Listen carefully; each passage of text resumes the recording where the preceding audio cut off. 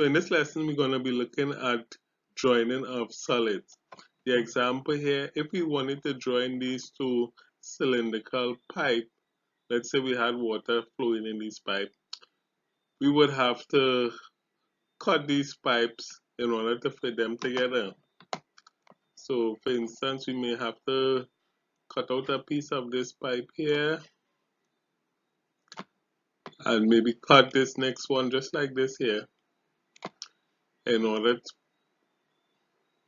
for these pipes to fit together. Now, fitting these pipes together is called the interpenetration of solid. When one solid penetrates another solid, their surface intersect, and at the junction of intersection, a typical curve is formed, which remains common to both solids. This curve is called the curve of intersection. So here we have some cylinders intersecting here, and these cylinders intersect. You have equal cylinders intersecting, and the curve that they would produce. You have unequal cylinders intersecting, and the curve it produce. And you also have cylinders intersecting at an angle. Let's begin the construction. Now we will begin this construction by drawing the end of the cylinders. Now these cylinders are round, so it will be a circle. So we do it on the plan and the elevation. Now if you notice, let's look at the numbering. We number the cylinder, the circles, to get points that we could plot. So we're going to be plotting the curve of intersection of these two cylinders. So we're going to start with 0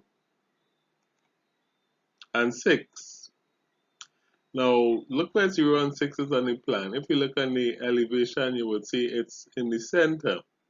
That's because when we look at the views from on top, the numbers are going to move. And that will give us this point here. So that's going to be our starting point. Now there's actually 2 points. 0 is in front and 6 is in the back.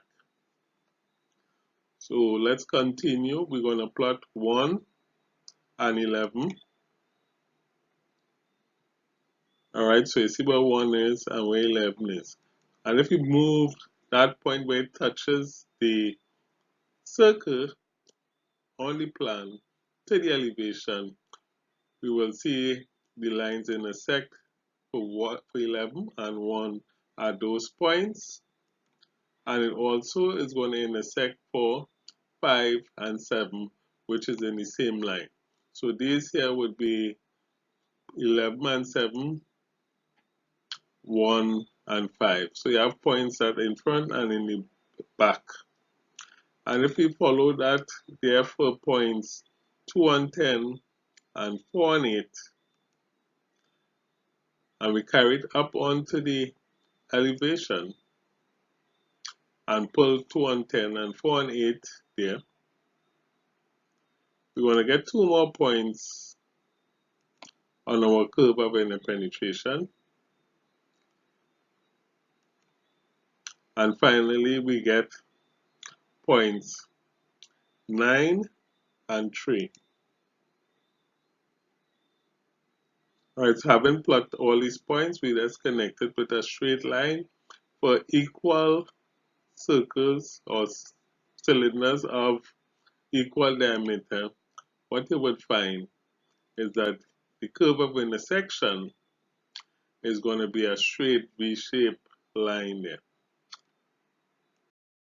So this is the curve of intersection when you have two inline equal cylinders intersecting.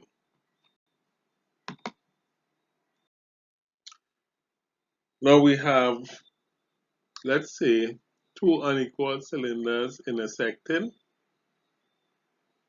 And if we repeat the process, we're going to get a curve of intersection that looks like this here. It's not going to be V-shaped, it's going to be more of a curve, and we use a spline to draw the curve. So I'm just going to run through some other scenarios very quickly. The principles for construction is the same, so just to understand what type of curve you will get for the various scenarios where we have cylinders intersecting. So the next case we're going to have is unequal cylinders, but this time they're going to be offset, or the centers are not in line. And what you would get is actually two curves. You will have one in front and the one behind. Now before, the curve in front and the curve in the back would be lining up if their centers were in line. Now that the centers are offset, you will have two curves. Of course, the one that's behind is going to be in hidden tail.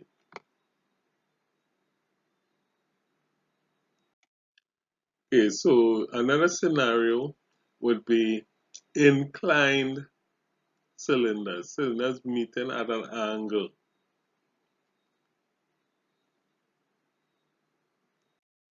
All right, and if you look at how they would intersect, you would see the cylinder here.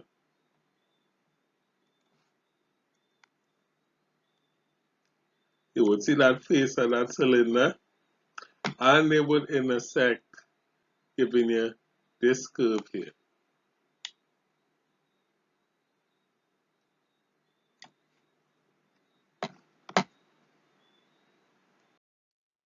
The next scenario would be two inclined unequal cylinders intersecting.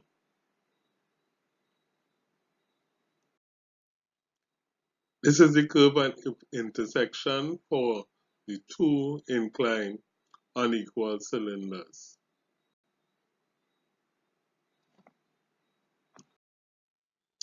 Then you have two unequal inclined cylinders that are offset, and that's the curve. Remember, once they are offset, you're going to be getting two types of curve. One is going to be in front and one is going to be at the back. All right, and that's it for constructing the curves of intersection of cylinders.